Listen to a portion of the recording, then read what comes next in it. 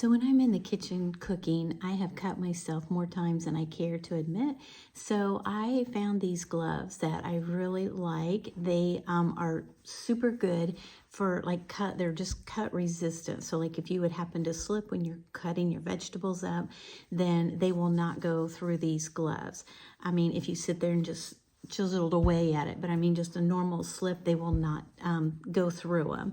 And I like that these, it's kind of it's hard to explain the material, but it's a heavier duty material, but at the same time, when you put them on, they're super comfy, and they just kind of mold and fit to my hand.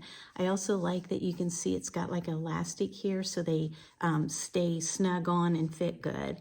And then also, I use them in the kitchen, but also have another pair if you want to use them like out in the garden or just in your garage, doing something like that. Anything that, you know, you could cut your hands or whatever, even outside, like we have thorn bushes and stuff, it would keep, you know, from getting cut from the thorn bushes.